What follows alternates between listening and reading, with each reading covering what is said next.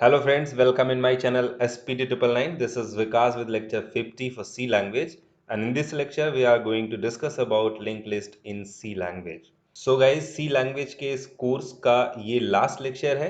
इसके बाद कुछ छोटे मोटे टॉपिक्स, एक्स्ट्रा टॉपिक्स हैं, उनके वीडियोस आते रहेंगे। कंप्लीट कोर्स के अकॉर्डिंग ये इसका लास्ट लेक्चर है। तो हम लोग स्टार्ट करते हैं लिंक लिस्ट से।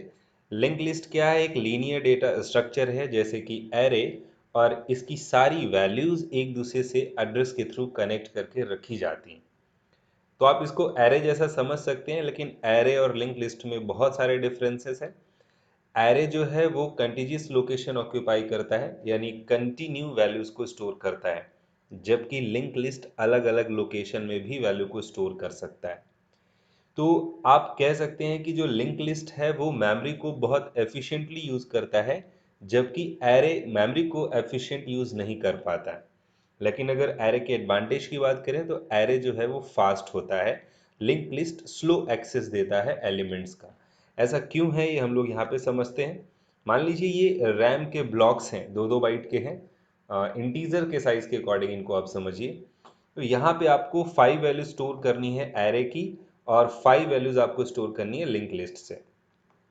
तो अगर आप एरे का यूज करके 5 वैल्यूज स्टोर करते हैं तो आपको कंटिन्यूअस 5 ब्लॉक्स चाहिए होंगे।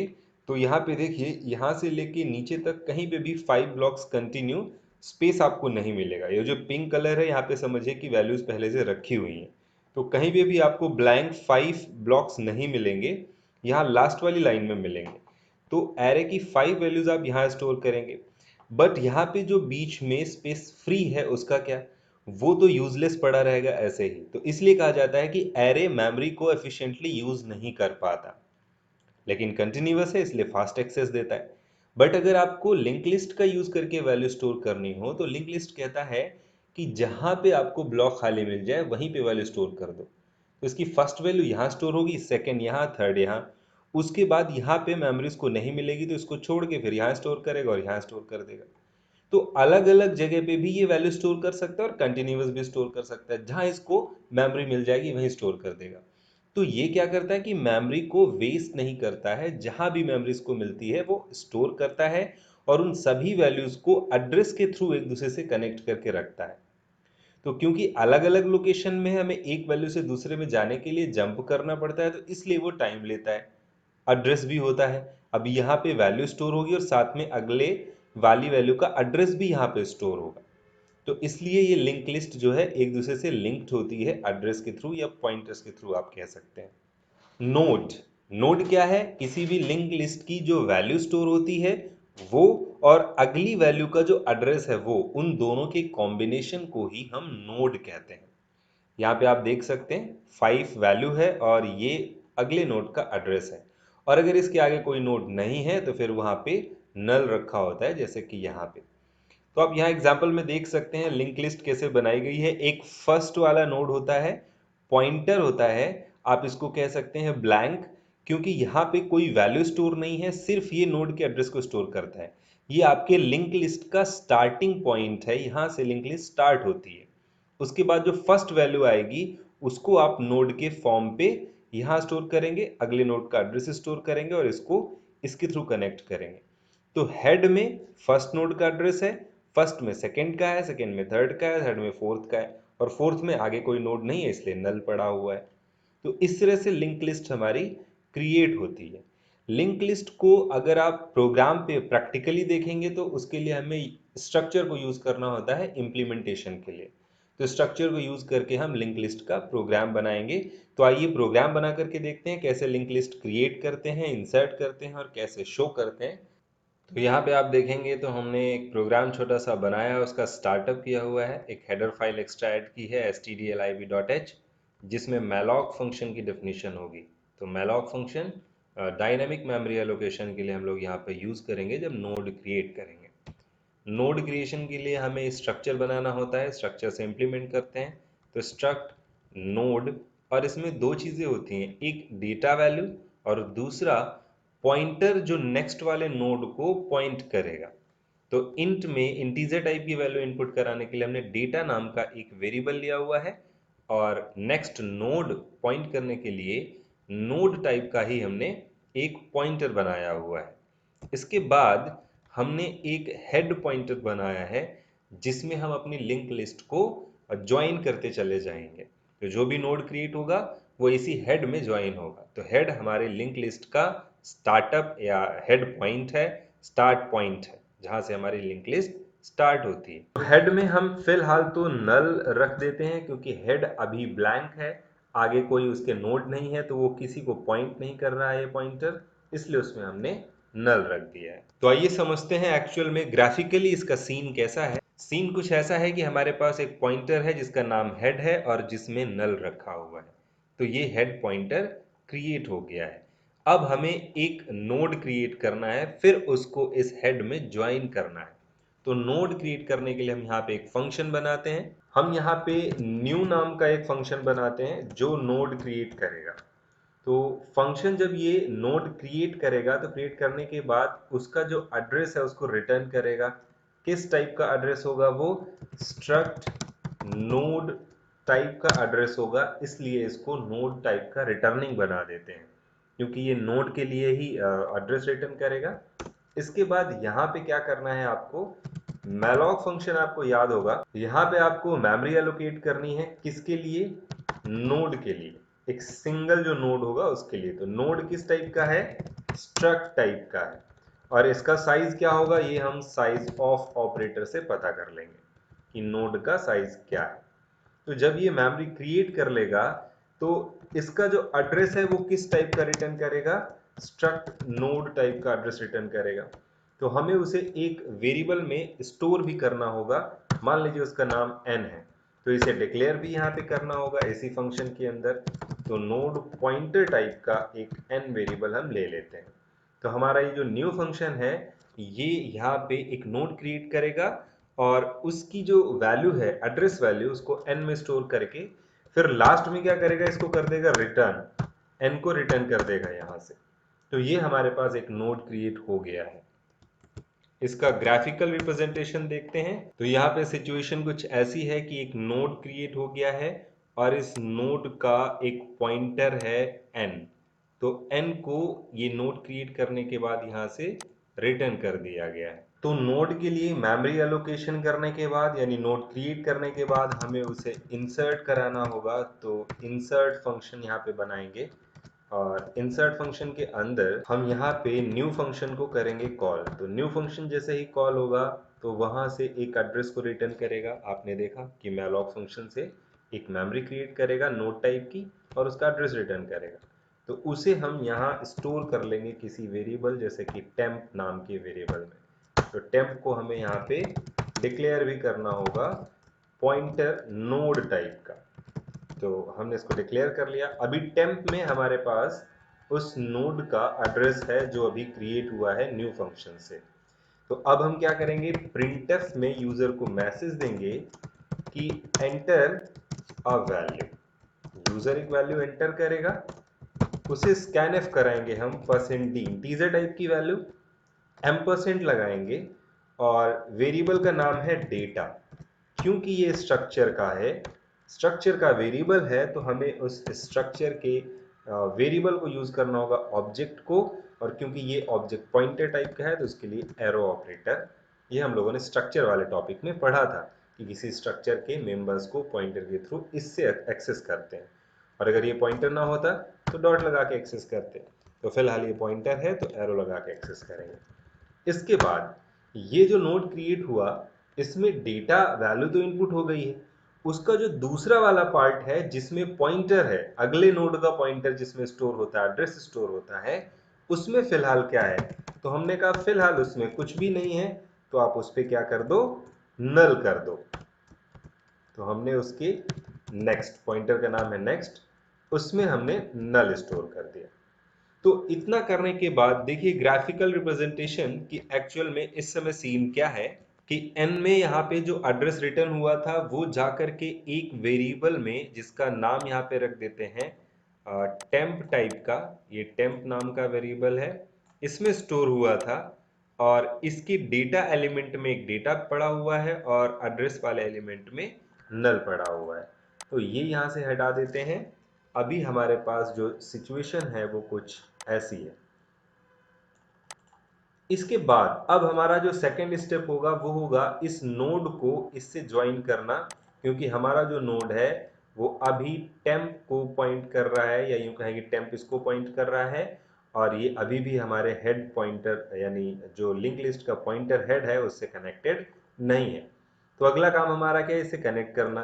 तो कनेक्ट कैसे करेंगे, तो हम यहाँ पे लिखेंगे इफ जो हेड पॉइंटर है अगर उसमें नल पड़ा हुआ है, इसका मतलब अभी भी हेड पॉइंटर में कोई नोड कनेक्टेड नहीं है।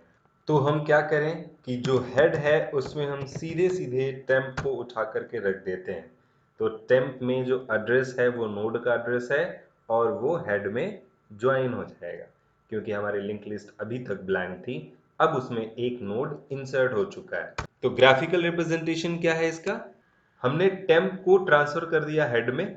मान लीजिए इस नोड का एड्रेस 100 था, तो हेड में 100 जा चुका है, यानी कि हेड जो है वो इसको करने लगा है पॉइंट, और हमारा जो लिंक लिस्ट का फर्स्ट नोड है वो हेड के साथ ज्वाइन हो चुका है। इसका कोई यूज नहीं रहा, इसको यहां से हटा देते हैं। बट ये केस वो था जब हेड पॉइंटर ब्लैंक था, लेकिन जब दूसरा नोड इंसर्ट होगा तो इस बार हमारे पास हेड में ऑलरेडी एक नोड है, तो हमें अगला नोड यहाँ इंसर्ट करना होगा इसके लास्ट में। तो फिर हमें ये पता करना होगा कि इस लिंक लिस्ट में कितने नोड हैं और लास्ट वाला नोड कौन सा है, क्योंकि अगर चौथा नोड या तीसरा नोड इंसर्ट होगा तो इसमें ऑलरेडी एक नोड होगा, तो हमें नए नोड को उसके आगे ज्वाइन करना होगा। तो अल्टीमेटली हमें ये पता करना है कि कौन सा नोड लास्ट वाला नोड है, जो भी नोड लास्ट में होगा उसके लास्ट में नल होगा। तो आगे ज्वाइन करने के लिए देखिए प्रोग्राम में हमें क्या चेंजेस करने हैं। एल्स पे आते हैं कि अगर ऐसा नहीं है, यानी कि हमारे हेड में नल नहीं है, तो ऑलरेडी यहाँ पे कुछ ना कुछ इंसर्टेड है। तो हमें क्या करना है, एक लूप स्टार्ट करना होगा ये चेक करने के लिए कि लास्ट वाला नोड कौन सा है। तो हमें एक एक जंप करके लास्ट नोड पे पहुंचना है। अब यहाँ पे एक छोटी सी प्रॉब्लम और है कि फर्स्ट वाले नोड को कौन पॉइंट कर रहा है, हेड। और अगर हेड को जंप करा के हम आगे भेजते हैं सेकेंड नोड पे, थर्ड नोड पे, फोर्थ नोड पे, तो फिर हमारे लिंक लिस्ट के स्टार्टिंग वाले नोड पर आना पॉसिबल नहीं होगा, क्योंकि हम जंप करके आगे चले जाएंगे और आगे वाले नोड के पास पीछे वाले नोड का एड्रेस नहीं है, इसलिए हम पीछे नहीं आएंगे। तो कभी भी लिंक लिस्ट का जो हेड वाला पॉइंटर है उसको हम मूव नहीं करते हैं, तो फिर हम जंप करके आगे कैसे जा पाएंगे। तो उसके लिए हमें एक अलग से पॉइंटर क्रिएट करना होगा, स्ट्रक्ट नोड पॉइंटर, उसको मान लीजिए टी टाइप का, और उसमें हम स्टोर कर देते हैं हेड। तो टी में हेड स्टोर है, यानी जहां पर हेड है वहीं पर टी है। इसका ग्राफिकल रिप्रेजेंटेशन देखते हैं। एक पॉइंटर क्रिएट हुआ है टी नाम का, और ये टी पॉइंटर भी सेम टू सेम पॉइंट कर रहा है इसी नोड को, जैसे कि हेड पॉइंट कर रहा है, क्योंकि ये जो टी पॉइंटर है इस पॉइंटर के पास भी एड्रेस इसी नोड का है। अब क्योंकि इसमें फर्स्ट नोड के लास्ट में ही नल मिल जाएगा, तो हम सेकेंड वाले नोड को इसी में ज्वाइन कर देंगे। लेकिन अगर नोड इससे ज़्यादा है तो फिर इसको जंप करा के अगले नोड पे ले जाना होगा। तो वो केस भी हम देखते हैं। फिलहाल नया जो नोड इंसर्ट होगा उसको हम यहाँ पे ज्वाइन करते हैं। तो हम यहाँ पे कंडीशन लगाते हैं कि जो टी है उसके नेक्स्ट वाले पॉइंट में अगर नल नहीं आता तो इस लूप को चलाना, क्योंकि नल नहीं आएगा इसका मतलब उसके आगे नोड और भी हैं, और जैसे ही नेक्स्ट में नल आ जाएगा तो इसका मतलब है कि वही हमारी लिंक लिस्ट का लास्ट वाला नोड है। तो अगर नल नहीं आता है तो जंप करके जाएगा कहाँ, आगे वाले नोड पे। तो आगे वाले नोड का एड्रेस कहाँ होगा, नेक्स्ट में होगा, इसलिए ये आगे वाले में जंप करके चला जाएगा। और जब लास्ट में नल मिल जाएगा तो ये लूप के बाहर आ जाएगा। तो लूप के बाहर आने के बाद हमें क्या करना है, जो नया नोड इंसर्ट हुआ होगा जिसका टेम्प में एड्रेस पड़ा होगा उसको हमें ट्रांसफर करना होगा कहाँ पे, टी के नेक्स्ट में ट्रांसफर करना होगा। तो टेम्प में हमारा नया नोड होगा और टी जहां लास्ट वाले नोड पे होगा तो उसी के नेक्स्ट में हमें टेम्प रख देना है। यहाँ पे देखिए एक नया नोड यहाँ पे इंसर्ट हुआ है जिसके लास्ट में नल है और जिसको टेम्प नाम का एक पॉइंटर कर रहा है पॉइंट। सिचुएशन कुछ ऐसी है। टी को हमने चेक किया कि क्या टी के लास्ट में नल है, तो फर्स्ट टाइम में ही लूप फेल हो जाएगा और उसके लास्ट में नल मिल जाएगा। तो हम क्या करेंगे, इसका एड्रेस मान लीजिए 200 है, तो यहाँ पे 200 रख लेते हैं, ये 200 है उसका एड्रेस। अब इसको उठा के हमें यहाँ रखना है, तो ये इससे ज्वाइन हो जाएगा। तो हम वही कर रहे हैं कि टी के नेक्स्ट में टेम्प को रख देते हैं। टी का नेक्स्ट क्या है, जहाँ पे नल पड़ा ये टी का नेक्स्ट है, और इसमें हम टेम्प रख देंगे। और टेम्प में क्या है, इसका एड्रेस, क्योंकि टेम्प इसको पॉइंट कर रहा है। तो यहाँ जैसे ही ये वाला एड्रेस यहाँ पे आएगा 200, तो ये इसको पॉइंट करने लग जाएगा इस तरह से। और जैसे ही ये पॉइंट करेगा तो इसका यूज भी यहाँ से खत्म हो जाएगा और इसका भी यूज यहाँ से खत्म हो जाएगा। तो ये हमारे पास दो लिंक लिस्ट में नोड ऐड हो चुके हैं। उसके बाद तीसरी बार हमारा नोड इंसर्ट फंक्शन रन होगा, तो एक तीसरा नोड यहाँ पे इंसर्ट होगा। वो तीसरा नोड मान लीजिए कि ये है, तो इसका एड्रेस हम रख लेते हैं। मान लीजिए इसका एड्रेस होगा 300 इसका एड्रेस है। इसको पॉइंट कौन कर रहा होगा, इसको पॉइंट कर रहा होगा टेम्प नाम का एक वेरिएबल। यही टेम्प नाम का वेरिएबल है जिसके यूज करके हमने ये वैल्यू और ये नल रखा होगा। अब हम एक टी नाम का वेरिएबल लेंगे जिसमें हम हेड का एड्रेस रखेंगे। तो ये टी नाम का वेरिएबल है जिसमें हेड का एड्रेस है यानी 100। हम चेक करेंगे कि क्या इसके नेक्स्ट में नल है, बिल्कुल भी नहीं, इसके नेक्स्ट में नल नहीं है, 200 है। तो हम कहेंगे जंप करके यहाँ आ जाओ। तो इसमें हम ट्रांसफर करेंगे इसी का नेक्स्ट। तो इसी का नेक्स्ट क्या है, 200। तो ये इसको छोड़ करके इसको पॉइंट करने लग जाएगा।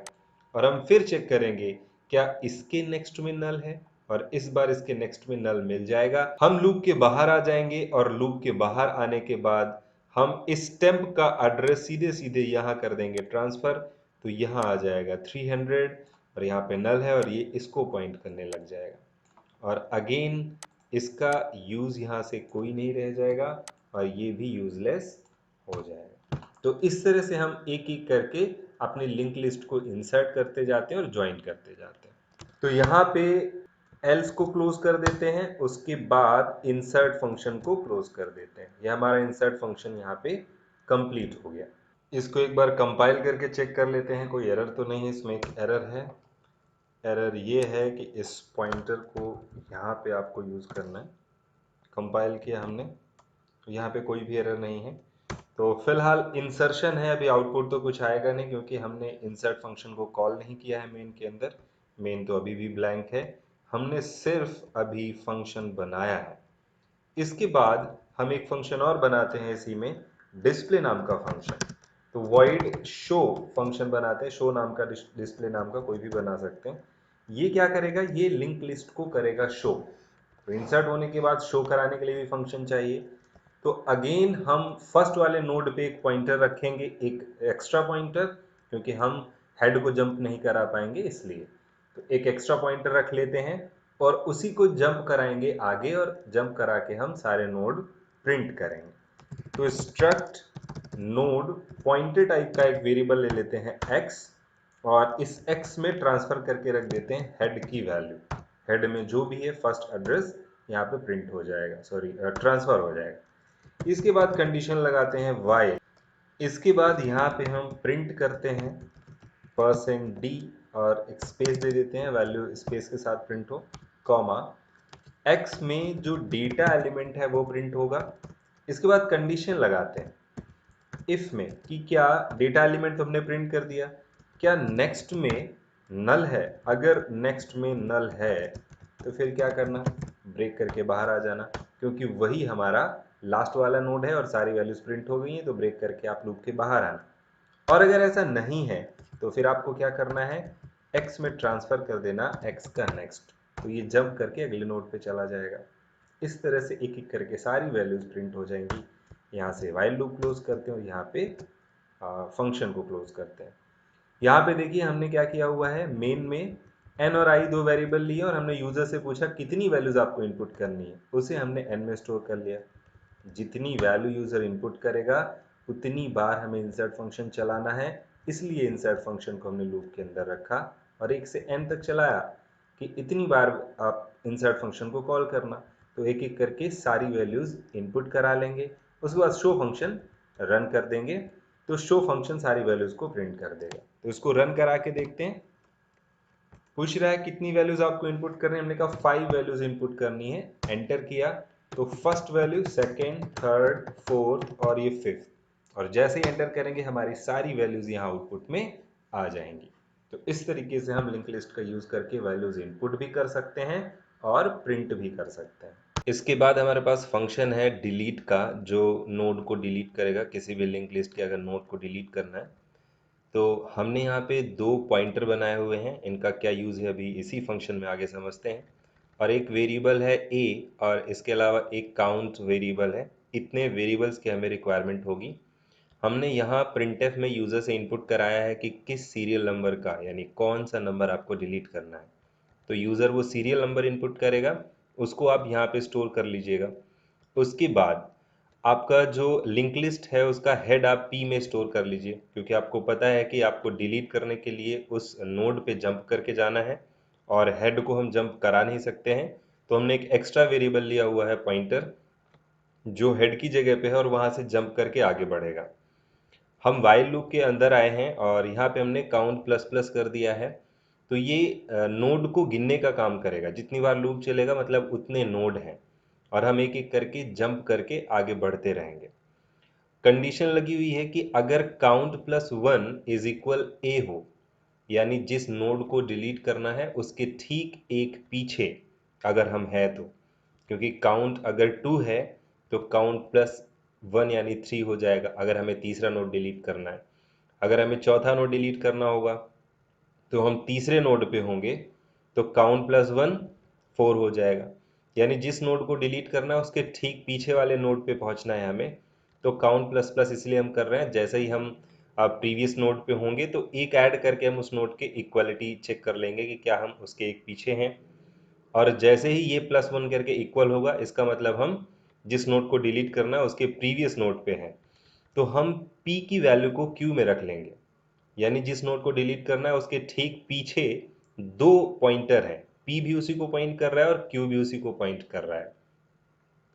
इसके बाद हमने q को एक स्टेप आगे जंप कराया, तो q में q का नेक्स्ट आ गया है, यानी कि q मूव करके उस नोड पे पहुंच गया जिस नोड को डिलीट करना है।